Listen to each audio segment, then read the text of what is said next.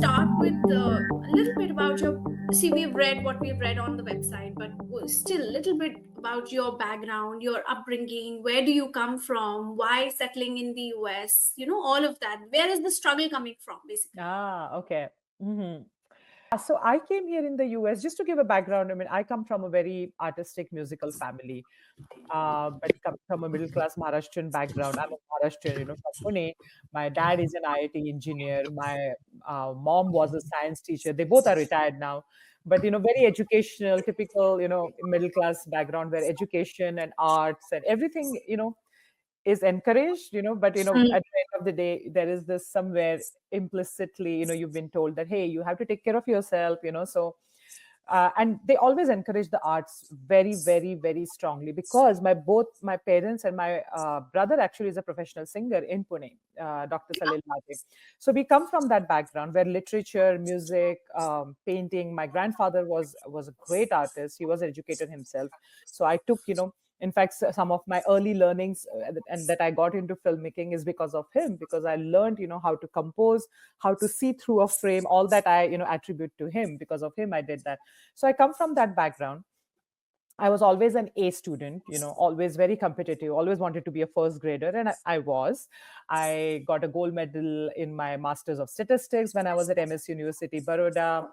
Then I did my communication studies. That is another story. So I told my parents that, I want to be in the world of television and films. And why? Because right from my childhood, I knew that I had a knack of storytelling. Like I had this habit of narrating like our Bollywood films at that time while I was growing up. At least they were like full-fledged 3-hour movie, with all the songs and dance and everything. Yeah. It was like a complete full-on package of action, drama, everything. So I used to narrate frame by frame the movie story, to my friends. And sometimes I used to include some of my story ideas also into it, like literally along with short composition, that there is a top angle and then there was a back shot and mid shot, and it used to sell pretty well because nobody got to know the difference. And then later on I realized that, wow, this is working. And I told my parents that I want to get into the world of films and television. But I could understand their hesitation. They were absolutely always very encouraging. But we didn't have anybody in that world. So they were like, pehle padhai kar lo, Mm. finish your studies, be stable. So that's why I did, and I was good at studies and I loved statistics. So I completed that. I got a gold medal. And then it became all the more difficult to convince them that, okay, I'm leaving statistics and now moving on to a completely different world, that is communication. So I did my video, but they were absolutely okay with that. They were like, that's fine, go find your way and, whatever you want to do, pursue your dreams. So I went on to complete my master's in communication studies and then started working in the big bad world of media industry in Mumbai. Before that, I even worked at Educational Media Research Center in Pune. So I had already started working, even before going to Mumbai. But it was during my days of statistics, I had a very good friend. His name is Ram Iyer. We were, I mean, people tease us that, our story is like kuch kuch hota hai, because we were friends for like almost 8-9 years. And after that, we actually got married. So he is my childhood, I would say my college buddy, not childhood buddy, college buddy from my days of statistics in MSU Baroda. And he moved to US and I pursued my dream in Mumbai, worked with Priya Tendulkar, worked with Z Television Network as an executive producer, with Zoom, Times of India, did amazing work. I was really thriving there as a media professional. But of course, love knocked the doors and we spoke about our feelings for each other. And he was like, oh my God, I always loved you. I'm like, seriously, you waited for 10 years. Anyways, so that happened. So in 2006, I actually moved to the US, all because of love, because of marriage. And we are going to actually have our 19th anniversary in 2 days on 2nd of Feb. So we complete 19 years of our marriage. So yeah, so I came to the US purely because of my college buddy turned into my husband. And we got So married he and I came came. first and then you followed. Absolutely, that was the And then you got married. Like you proposed. so we first got married in Pune and then we came here. Yeah, so we got married on 2nd Feb 2006 and then on 19th Feb we were here. Yeah, so I'm going to complete 19 years of my marriage and my stay in the US very soon. Okay, Yeah, okay, okay, so okay. that is how I came here. Yeah. So and what? So this is the backstory for Correct. also, that how you got into filmmaking. Sure. Okay. Yeah. Happy to say that, because I'm so if you know that, I was like really doing well as an executive in the media industry in India, like in Mumbai, really having a time of my life, single woman living in Mumbai, really schmoozing with the world of television, films, got to meet some amazing creative people. I was really enjoying that life, got married to Ram. I was absolutely happy with that decision. And that decision was very pivotal in our lives, because Hmm. he has been an extremely supportive husband all throughout. I mean, even Hmm. before we got married, as a friend, he was extremely encouraging, and Hmm. supportive. He did ask me that question. He said, "Hey, you're leaving everything and coming here. Are you sure you want to do that, or should I come back?" He was actually Hmm. ready to come back. I'm like, "No, that's fine." I mean, I have always been like, I don't get scared of the unknowns. Like, let's try it. It's okay. How bad can that be? I'm moving from one country to another. And I agree, and he was actually right, because media are very culture specific, right? Like, I had worked in the Indian television and film industry, so it's Hmm. very culture specific. I get that. And I knew that, but I said, I'm ready to explore. So that is how I decided, okay, you know what, after marriage I will move to the US. So I came here on a dependent visa, and that is where now, all the visa things Yeah. start, because he was on a work permit visa here on H1B, and I came here on H4 visa. So after I came here, I realized that on H4 I really cannot do anything, right? Because H4 visa doesn't allow you to work, Or legally, earn money, no scholarships, grants. You really cannot avail of any monetization. Like, financially, you cannot be do really anything. stable. Yeah, you Yeah. have You're to be actually constantly dependent, dependent, dependent. Yeah. totally Yeah. dependent.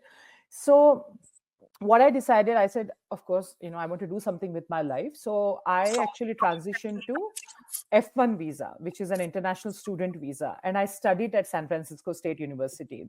So Hmm. that's my third master's, actually. I did my master's in radio and television.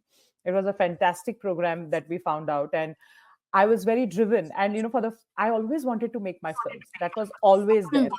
Like, I really wanted, to see. And that was actually the trigger, why I wanted to get into the world of Yeah. films and television, because I wanted to see my name, on the big, theater screen. So I spoke to Ram also about that. I said, you know what, I don't, after studies, I don't want to again get into the corporate side of media. I mean, you could get a cushy job where you get a good salary, which I was doing in India. I said, I want to get my hands dirty now.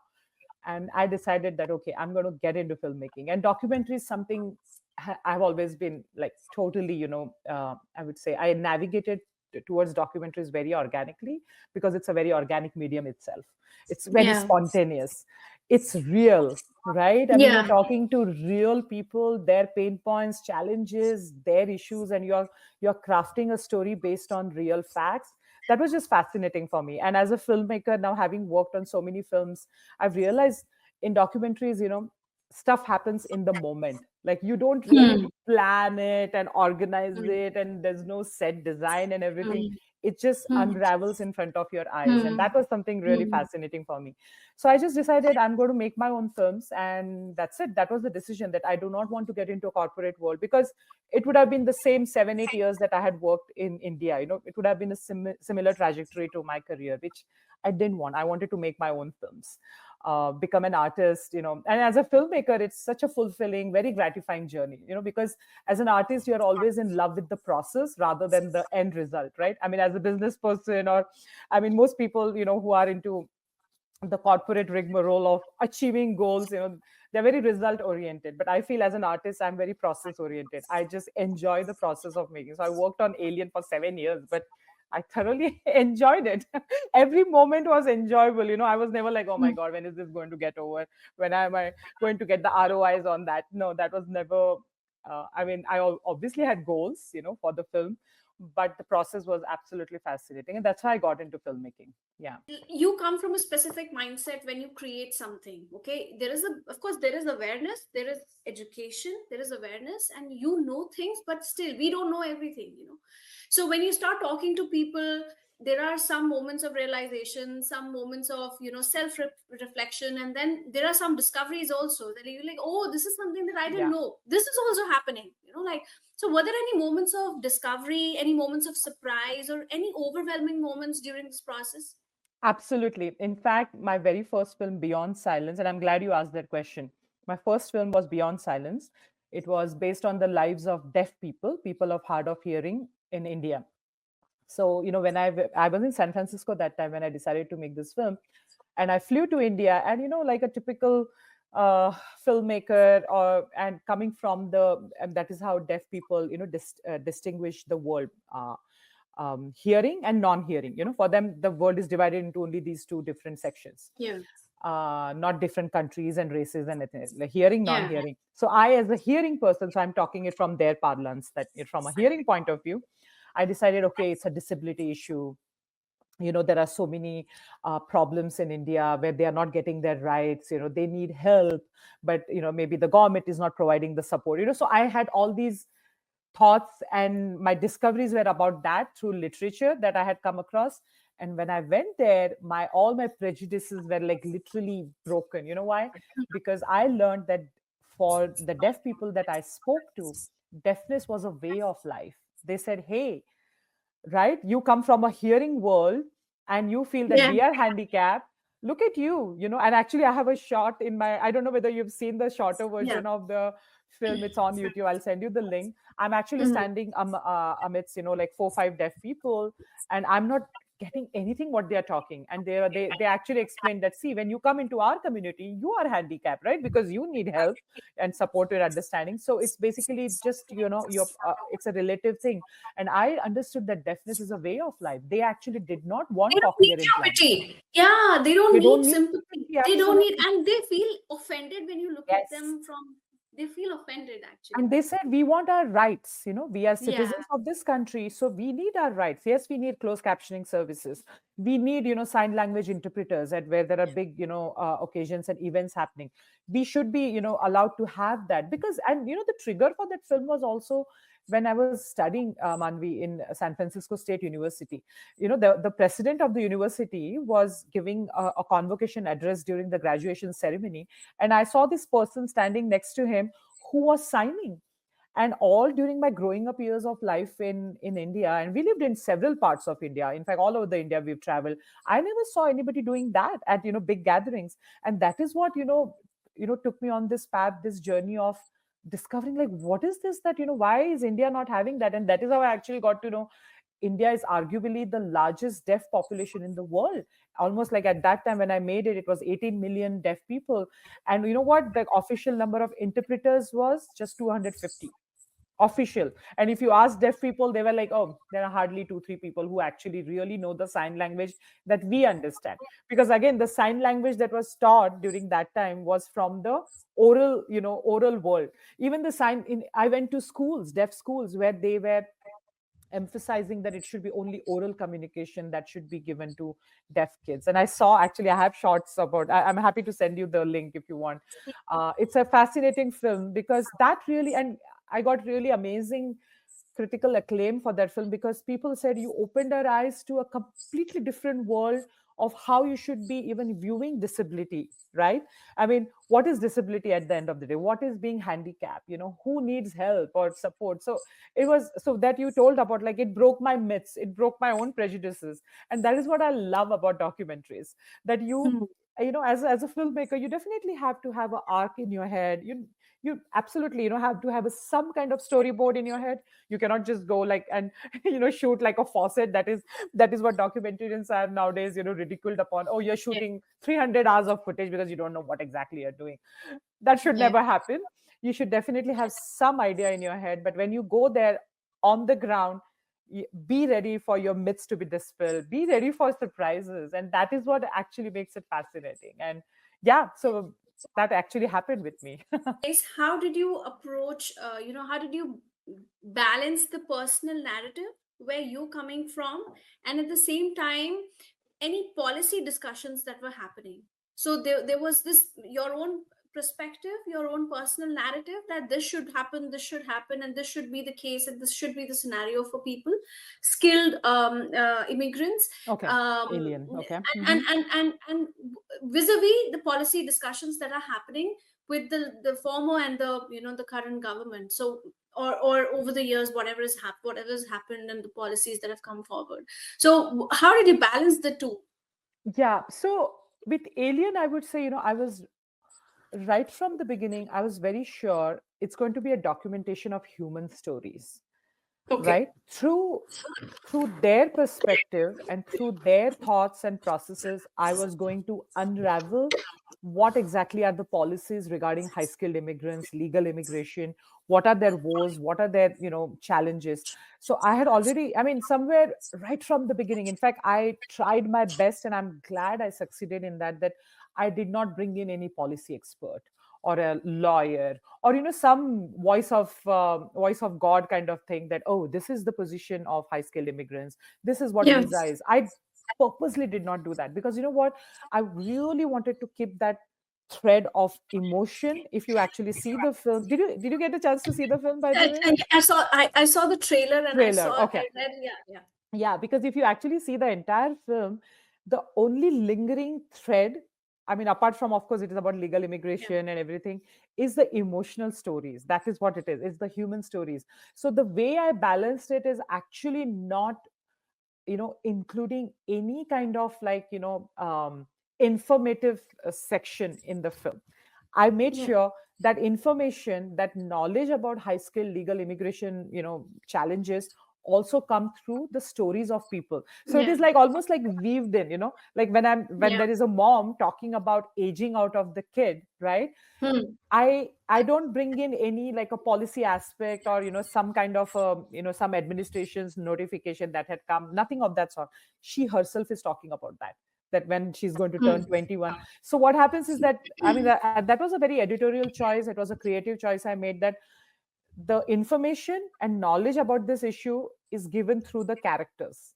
Normally what Yeah. happens, the characters are telling their story, and you have a supplemental thing coming in, some expert or sometimes a narration in the background. I said, no, I don't want all that. I just wanted totally laser focused on these characters, and they are going to tell their story, and they are going to give the information also that is needed. Because see what happens as immigrants, we use words like H1B, H4EAD, I-140 as onions, tomatoes, chilies. Like, we literally, it's a Yeah. part of our Yeah. common vocabulary, right? But for somebody Yeah. who has no idea, they'll be like, No what the heck idea.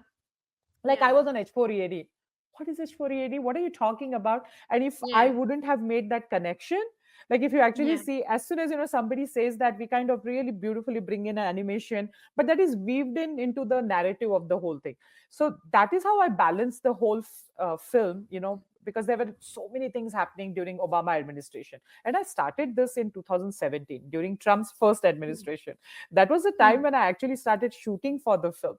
And it's Yeah. just it's an amazing coincidence that in his second term, actually, the film is released. I mean, it's Hmm. worldwide now. It released in 2023. But so that's why I had, and what was happening is, it was such a volatile issue. Oh my god, like every now and then there were some things, up and down. It was a roller coaster ride. Like, suddenly there were like, high points that, oh, immigration, like high skilled immigration, there is a light at the end of the tunnel, and suddenly, it is to just dip. So I decided that there's no point of me mixing emotion with information very blatantly. It has to weave in very organically. Flow, yeah, from the Yeah, character. Okay, so that totally. brings me to a follow-up question. How did you find these people? Ah, nice. Yeah, that was quite a process. I mean, there could be an episode on that. Anyway, I'm just kidding. So, what I did when I decided that I want to make this film, so if, the trigger for this film, actually, I mean, if you want to know, I don't know whether you'll use it, but it happened the day I arrived in the US. In Mhm. 2006, when I arrived in the US on 19th Feb at San Francisco International Airport, there were two distinct queues, right? You have to pass through the immigration. Are you there, Manvi? Okay. Yeah, yeah, yeah, I'm Yeah, listening, yeah. listening. Sorry, sorry. I suddenly No, no, saw. No, that's okay. no, Take no. your time. Huh, So huh. there were two distinct queues, and one was labeled U.S. citizens, and the other was labeled aliens. So I was Okay. like, wow, what are these aliens? And when I asked my husband, he's like, that's immigrants, non-US citizens. That's the line. So, but I was Where upset was about this that. queue? Where was this San queue when you Francisco. arrived? San Francisco International Airport, where we first arrived, because we lived in the Bay Area, when we first arrived. And that really upset me because it just felt Yeah. unwelcoming. Yeah. I'm like, gosh, who calls anybody alien? Really? Yeah. Like they can Yeah. call foreigners, non-US citizens. Of course, Yeah. now it has changed and everything, but I was just stunned. I was just like, whoa, that has happened. So that was a trigger. And then I started working on a film about H4 visas because I was on H4 visa and I couldn't do so many Hmm. things. And, it was really something like a dependent identity that you have. So I thought, oh, Hmm. I should make a film about that. But then I realized that, H4 visa is just one part of the broken immigration Yeah. system, right?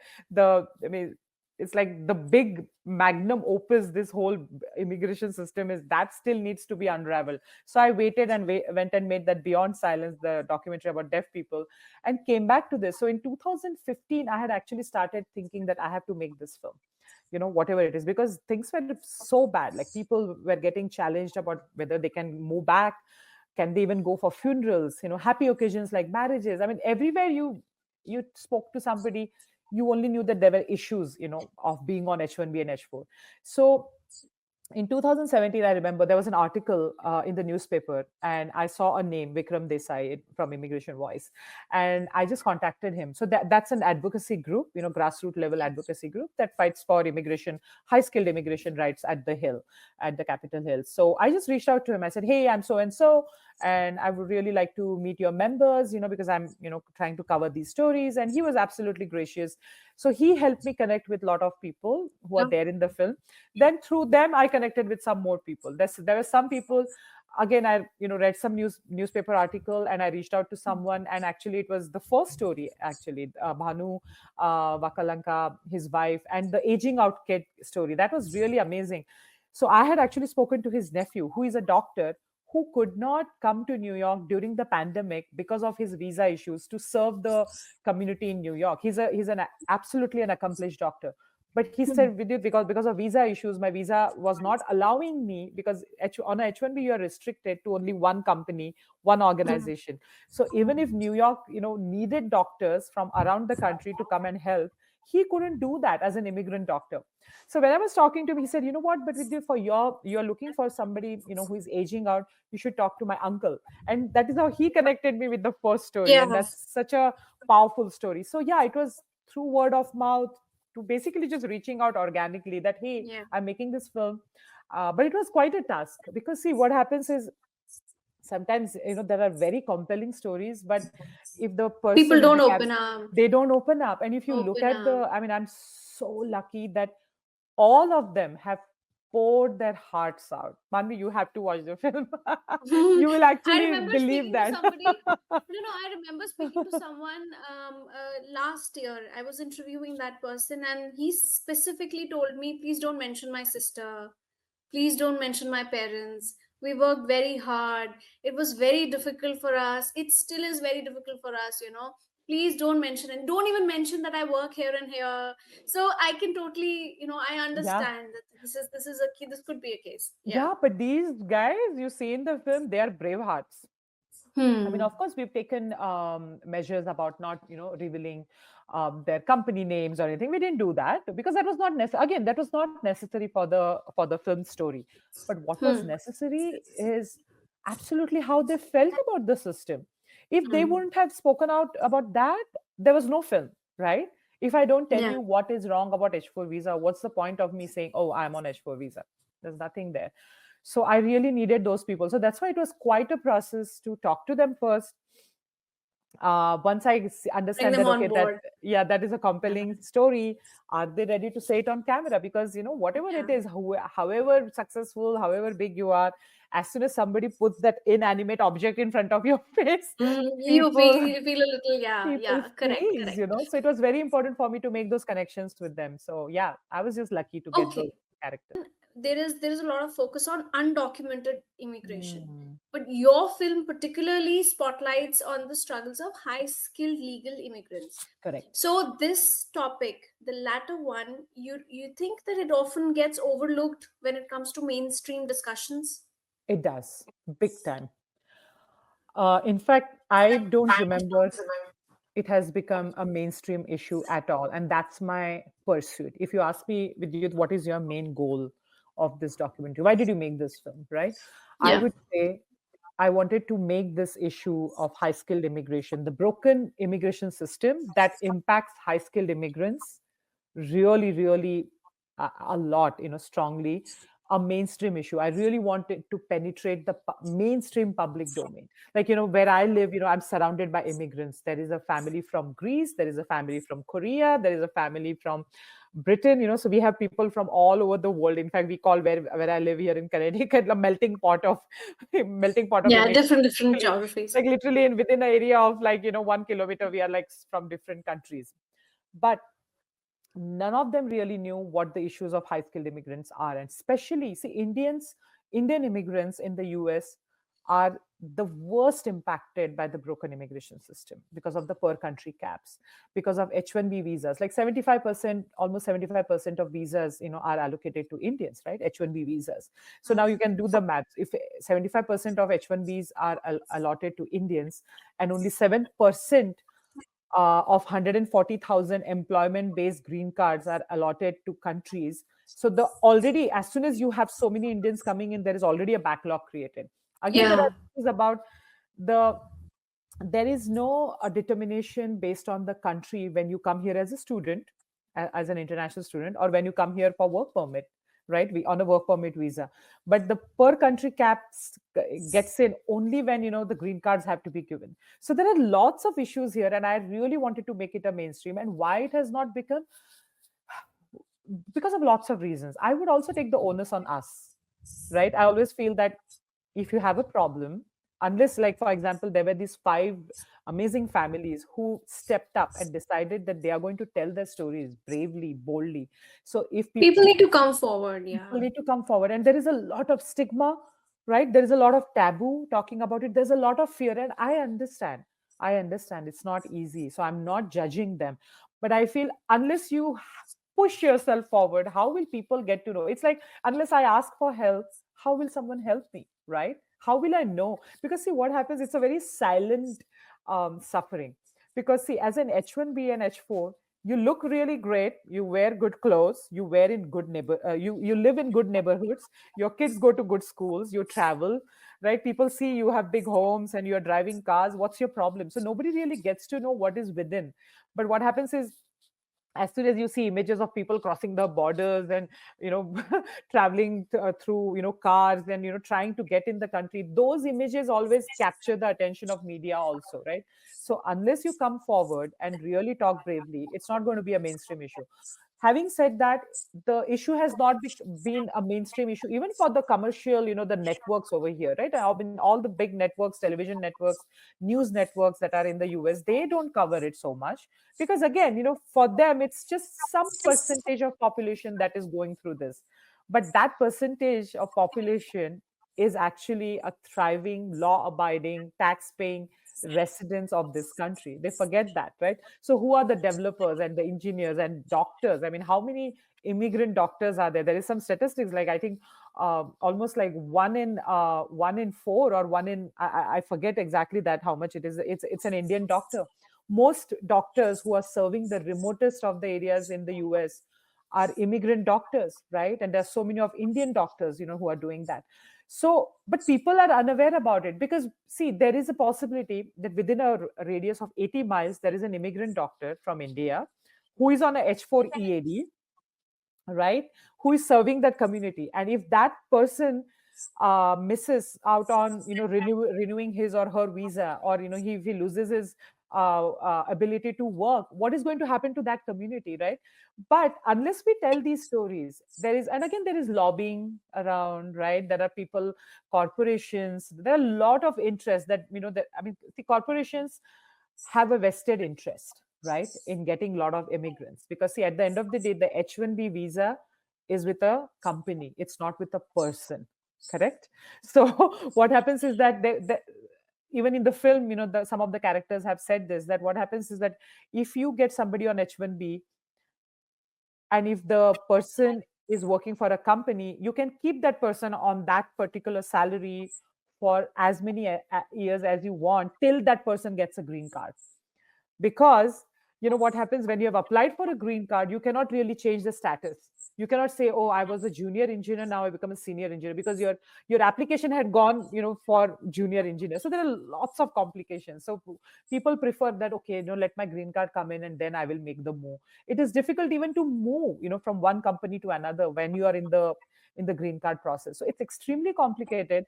And I'm not saying all corporations do that, not at all. In fact, my husband has worked for some amazing corporations where the lawyers, the HR managers, his superiors, they were absolutely supportive. So there are good and bad apples, right? I mean, so, but the bad companies do take, advantage of that situation. But there are some really good companies, who will just push for your case, make sure, you're taken care, your family is taken care. So there are vested interests from different aspects, different sections of society. So that's why it has not become a mainstream issue. Yeah. Example, see, Indians are doing phenomenally well. Yeah. Okay. Indians are doing so well across the globe. Do do you think people in other geographies probably view us as a threat to their jobs um, or a threat in general? Because see, if it is India and there are people coming in across the border, if there is no barrier or there is no control over who steps in yeah. and what is the credibility of the person stepping in, there is going to be an infiltration. Yeah. There is going to be problem, there is going to be an issue, specifically where we are located as a country, you Hmm. know. So um, I understand to a certain aspect where this mindset probably is coming from, and why my brother is in Australia at the moment. He's been struggling for PR for the last 7 years, Oh my God. Okay. and I understand that why they've made it so difficult. The whole process, they've made it so difficult. Probably they want to, but that's just my thought process, that's just my one perspective. I understand the problems and the issues, but what is your thought on this? Yeah. No, it's a very important question. See, first and foremost, I always believe every country should decide what kind of people they want to get in. Okay. Yeah. That's the very first yardstick I think every country should adopt if they have not yet. And I clearly feel there have been a big mess up on that side. Like even in the US, right? You Hmm. say H1B. Now, for that matter, H1B, let's just even take H1B. What is the criteria for anyone to get on H1B? You really have to have a specialty occupation, right? But Hmm. now you bring an angle. So, and one thing for sure, no immigrant wants to take away an American job. Nobody comes with that intention that I'm going to work. Oh, there's an American working there, I'm going to go and work there. Nobody comes with that intention. They come with the intention, oh, it's going to improve my life, it's going to improve my Yeah. family life. Oh, I'm going to get great opportunities. That's their only intention. But yeah, they are not thinking, oh gosh, if I go there, I'm going to replace an American. Oh, that's so unfair. I should be doing just, because they know they have got a job and this company is ready to sponsor their visa and they are going there, and that's going to change their lifestyle, right? So my thought about this is that first and foremost, the country should really decide how many people they want to get in. But once you get them in, you got to treat them fairly on your Fair. land. Yeah. So the film that I'm talking about, Alien, okay, and that is the biggest irony. I'm not talking about people who are dying to come to the US, or they are using any and whatever means they can to come here. No, we are talking about people who have been approved for green cards. Okay, so let Correct. me give you an analogy. It's like you go to watch a film. I give you a ticket because you say, hey, I want to watch the film, whatever, Beauty and the Beast, or whatever, whichever film you want to watch. And I say, oh, sure, take this. You come with popcorn, you come with all your snacks with your kid, and you say, hey, okay, I'm ready to get inside the theater. Oh, no, you cannot go in. There are these other Yeah. people I have to get in. Why? Because you are from whatever, now coming back to the per country cap thing, that you're from India. You guys are actually not allowed to get in the theater because there is no visa available for you. That's unfair. So why did Yeah. you even approve Why me? did you approve? Why did you Yeah. give me the ticket? Just tell me, there are no tickets available. See, that is the biggest issue. My thoughts about this is that when there is a big backlog right now, that Hmm. is detrimental to the American labor market also. Because remember, Hmm. When people are stuck in the green card backlog, they are not going to leave the jobs. So basically, Americans are also suffering. So people need to understand that when people are stuck in a green card backlog, when there is harassment, or when they are taken advantage of, even the Americans are not served by that. So as in, Yeah. because now I'm a US citizen, so I have, I'm talking from that point of view, that the American Hmm. labor market is getting compromised, is getting, actually it is getting destroyed only because of this green card backlog, and languishing people in a status, which they should get reprieve from. Like, there are so many green cards that are wasted every year, because there's a joke, actually. There is a kid right now in Iceland, okay, who is an unborn kid. He or she is guaranteed a green card, a permanent residency, as soon as they come to the US. But here in an Indian immigrant right now is languishing up to 195 years of backlog, waiting time. They are not going to get a green card in their lifetime, because that much Hmm. is the backlog. So my thoughts about this is that, first you decide who are the, you can We say we want to. need 100,000 doctors. Then don't let those engineers come in. What you're doing is, right now you're letting them come in, you're letting them pay the fees and do everything, let them stay, their families are growing here. You're letting them come till here, and they say, now you cannot go ahead.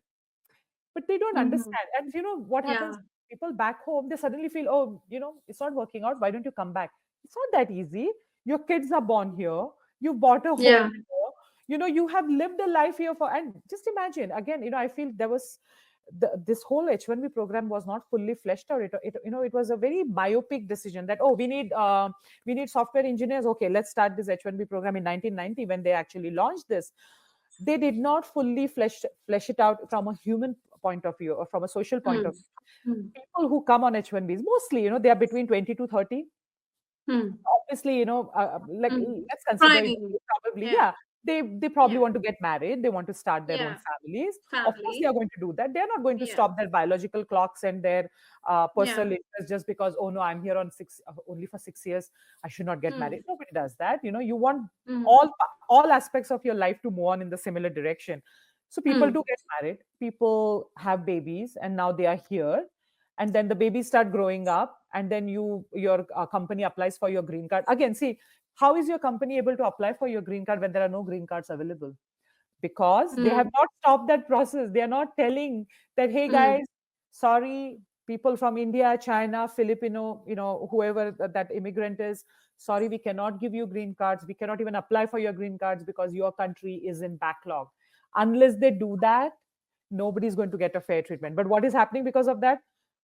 Immigrants are stuck, and that's why the Hmm. American people, the local American people, are also getting stuck. But this They're stuck information too. never comes out, right? This information never comes out. So Hmm. it's very, I mean, Indians are made easy scapegoat of, oh, you're taking away jobs. There was a life lost Hmm. because of that, right? Sunaina Dumala's story in Kansas is because of that. The white supremacist yelled at her husband saying, go back to your country, because there is Hmm. this whole perception that you guys are coming and taking away jobs. We are not we are not taking away jobs. We are stuck in the limbo because the whole system is not Is letting them yeah. move forward. So many people Yeah. want to just get out of that, start their own companies, and there are stories like that in my film. Actually, if you watch that, there are cancer scientists. They are like, we are stuck in this because we don't have any way out. Their kid is growing. How can you just decide, oh, it's not working? I mean, the kids are not going to come back because they are born Yeah. here, right? They will be like, this is our country, and it's a hard decision. You nurture, you create that life for your own. Is it easy Yeah. for you to just uproot just because you're going back to your home country? No, it's not possible for anyone. It's easier said than done. So Hmm. that is the biggest problem. There is a perception that is created, but it's not a right perception. Yeah. So what are the solutions according to you? What solution do you offer being in the same space? What Yeah. say, yeah, yeah. So what solutions do we have on the plate? Well, first, I mean, I'm not a policy expert, okay, Yeah. at all. No, Like, in general, in I yeah, mean, as just from from humanistic a point. yeah, Absolutely. yeah. Yeah. I mean, I really feel first and foremost, this information has to be very openly brought out to Indian immigrants, or for that matter, any country that is facing backlog. Yeah. That you want to apply for green card? Sure, the system allows you. Like the American Hmm. government is allowing you to apply for a green card, but be aware. I mean, I'm saying this for Indian immigrants, primarily for Indian Hmm. immigrants. for that matter, for any country that is stuck in the green card backlog. And per my information, it is India, China, Philippines, I think to some extent Mexico also, I'm not sure. But these countries for sure, highly populated countries, basically. That, what, if you're applying for green card, be aware. And that's why I feel this film is kind of, I feel it's a tool, for people to understand where the current situation is. That be aware about what you're getting into. Firstly, from an immigrant point of view, okay? That be aware Yeah. what you're getting, what you're signing up for. Don't just Yeah. have blind hope that, oh, some miracle will happen. No, it's not going to happen. Yeah. Right? So that is the first and foremost thing. Again, but if you say, no, you know what, I don't care, I'll keep renewing my visas, okay, fine, that's your decision. But it Hmm. comes with consequences, right? Hmm. What are those consequences? You will be stuck with a company. Now, again, if that company is bad, if that company takes advantage of you, you will not have a voice because you are again dependent on that petition that the company is having. So be aware of the specifications of the limitations of your visa, whether you're coming on H4, whether you're coming on H1B, whether you get transferred to H4 EAD. That is the first from an immigrant point of view. From the policy point of view of how you can make it better, I really feel you should make use of the unused visas. Like there are lots of countries, right, that are not using the visas. Their green card quota is not even getting, completed. Like as I said, Iceland or maybe some other countries, but they still have 7% quota allotted to them, right? So the countries that are, you don't even have to increase the number of green cards. You don't have to do that, but make use of the visas that have not been used by other countries Yeah. and give relief to the people who are already stuck. There are millions of people, and let's not forget they're already here. They're Very already in long the time. US. Okay, Yeah. they're doing everything by the book. They are living, thriving, working, contributing to the community, doing everything by the book. Give them some reprieve, from this whole, shackles of uncertainty. There is so much of uncertainty and anxiety because see what happens if you don't have a green card. There are layoffs happening left, right, and center. If you Yeah. if you're laid off on a H1B, you barely have 60 days to find another Hmm. job. Otherwise, you have to Job. leave the country.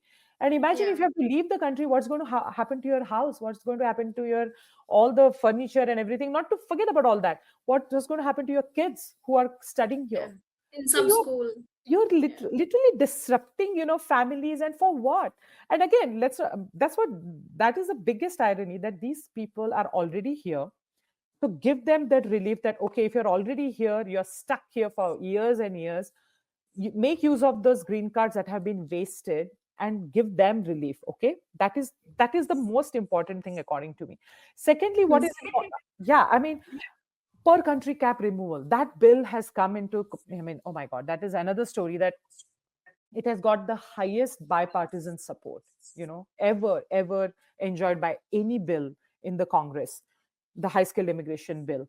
But if that is not passed, this per country cap will stay. So it's like you can, of course, have these band-aid solutions at the moment, great.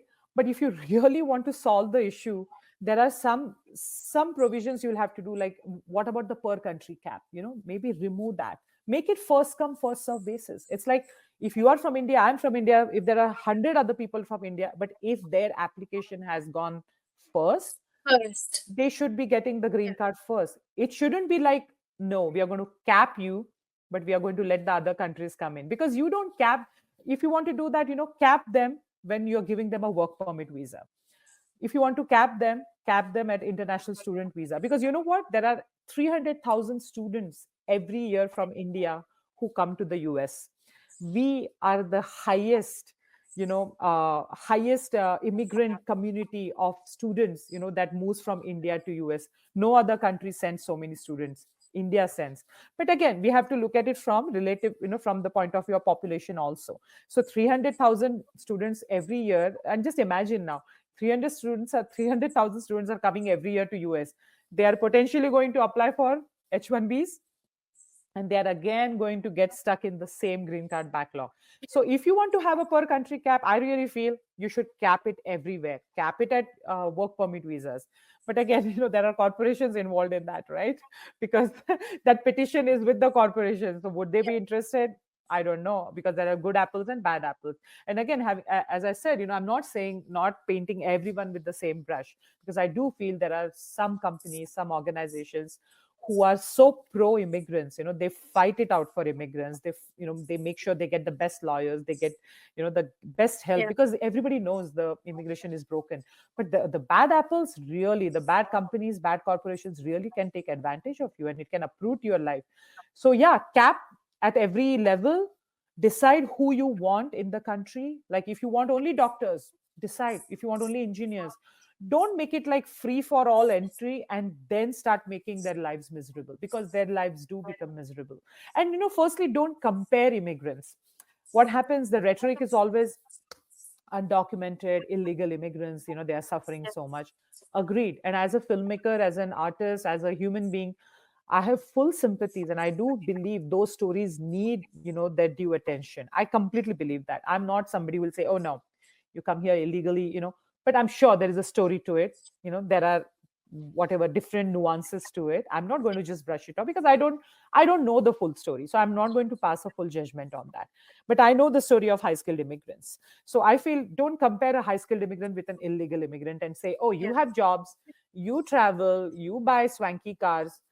That's There's no comparison. Every sorrow, every suffering needs its due attention, right? So that is actually the perception in the country, in US. And I feel sad about it. As a US citizen, I feel you need to give, you know attention to every issue.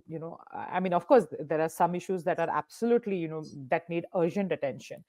Some issues are extremely important. It is going to bite you someday in some shape or form. But do not compare, or do not consider immigrants, who are refugees and asylum seekers. They get precedence in getting attention over people, high skilled immigrants who already, presumably, that they have jobs, you have good salaries. What is your problem? Yeah. Don't Yeah. assume that, because what they go Yeah. through is insurmountable amount of anxiety, Yeah. uncertainty. People are Stress. constantly going through depression. There are so many people who die. I mean, there are Indians. I mean, of course, as a ethnic group, I think we are more prone to heart attacks. But there is actually a study that people who are stuck on green card backlogs, on all these visa issues, they are dying because of heart attacks. Like, there is actually a statistics that we have put in the film also. In the 200,000 people who are stuck in the green card backlog will die while waiting for their green cards. That is actually going to happen, because they are not going to get the green cards in their lifetime. So I mean, a first world country like US, which is such a thriving place, and America is a very good country, trust me. I mean, when I say that as an American citizen. But no country is perfect. I'm going to say that also. No country is perfect. There are flaws, there are so many things that you can fix, and immigration is definitely the need of the hour. Oh my god, because that has become like a, I don't know, what is it, like, it's a Pandora's box. One thing comes out, something else comes out. Nothing good comes out, because it's Yeah. broken. It's broken, and Yeah. it's not Yeah. me. All parties are saying that. Biden Mhm. said that. Trump is saying that. Everybody knows it. So then fix it, right? There's no point of just shouting that it is broken. When are we going to Yeah. fix it? At Yeah. least take those baby Yeah. steps. I feel, for Yeah. people stuck in green card backlog, to remove this perception about people taking away jobs.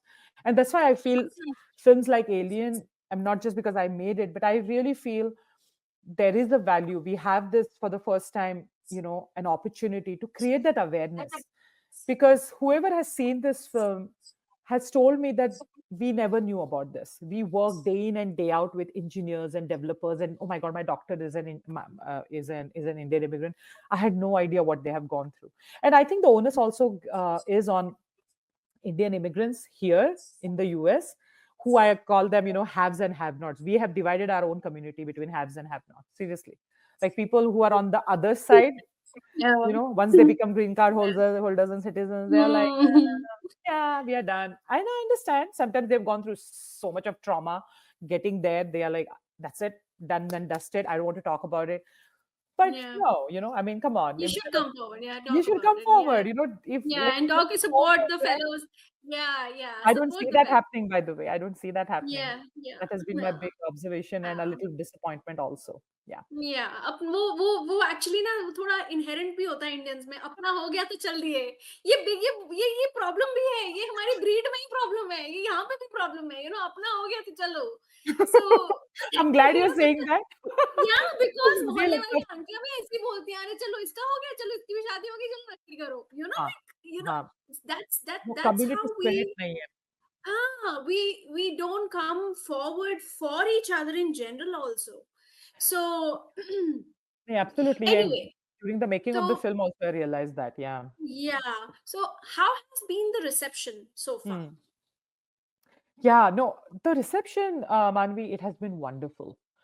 Because as I just said, whoever sees this film, I am blessed that they say it has been an eye opener.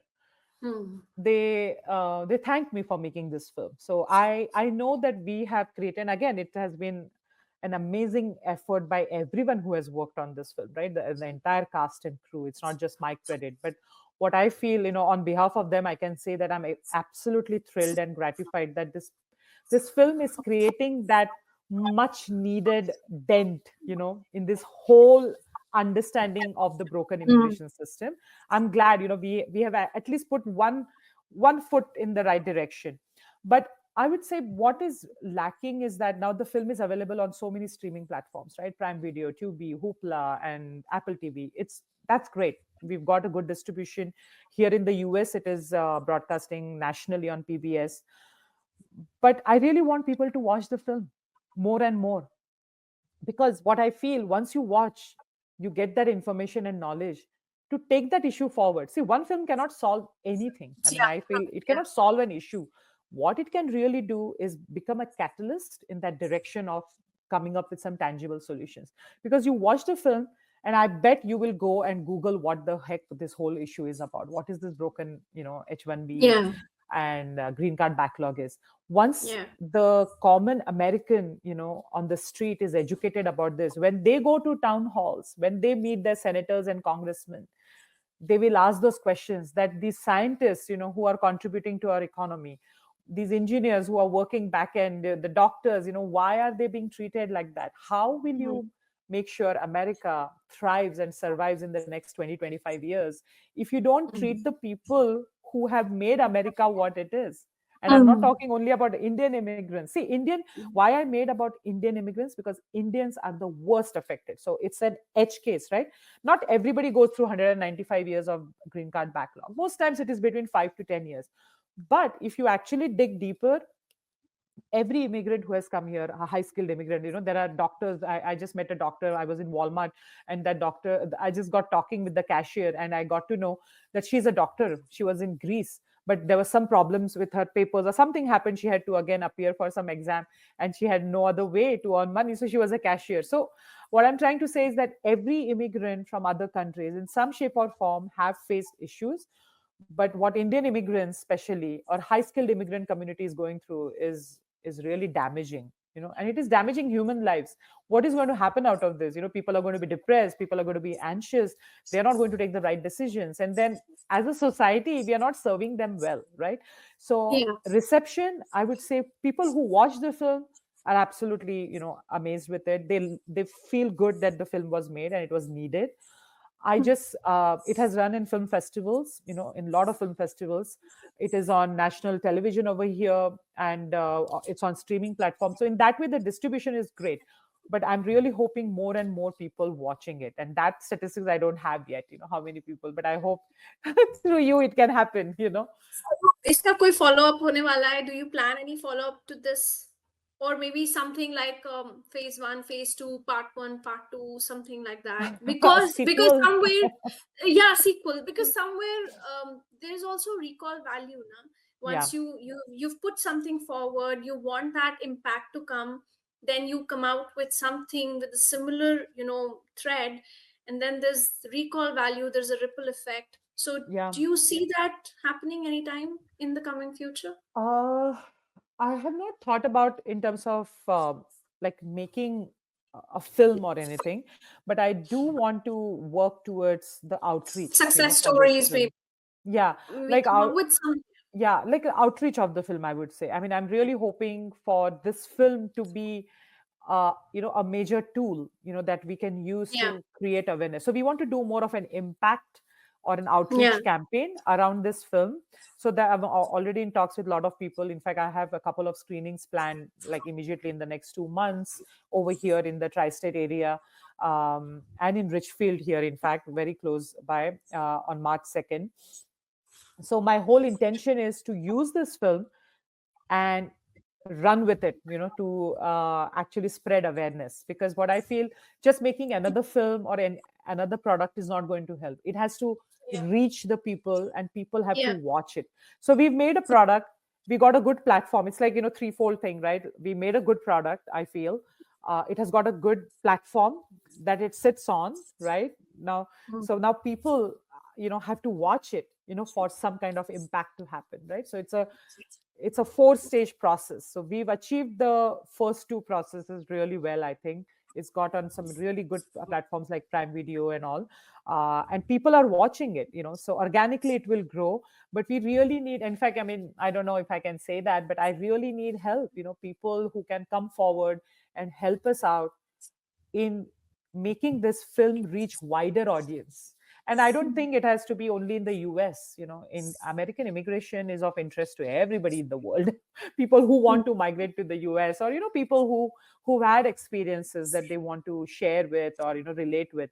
So I'm really looking for those helpers, or people who could be a liaison between connecting this film, who is already on some amazing platforms, and connecting it with a wider audience. So we are hoping to have, and we have some plans of having theatrical screenings, semi theatrical screenings, community screenings, library screenings, educational distribution. So that is the path I actually want to take, in terms of way forward for this film. Because I again believe just creating another film or a sequel to it is not really a solution, but using this as a product to make a bigger impact, because nothing sells like an audiovisual medium, right? I mean, when you see something, you believe it, right? There is power in visuals. So I really feel we have something already created, use it to create that actual impact. Yeah.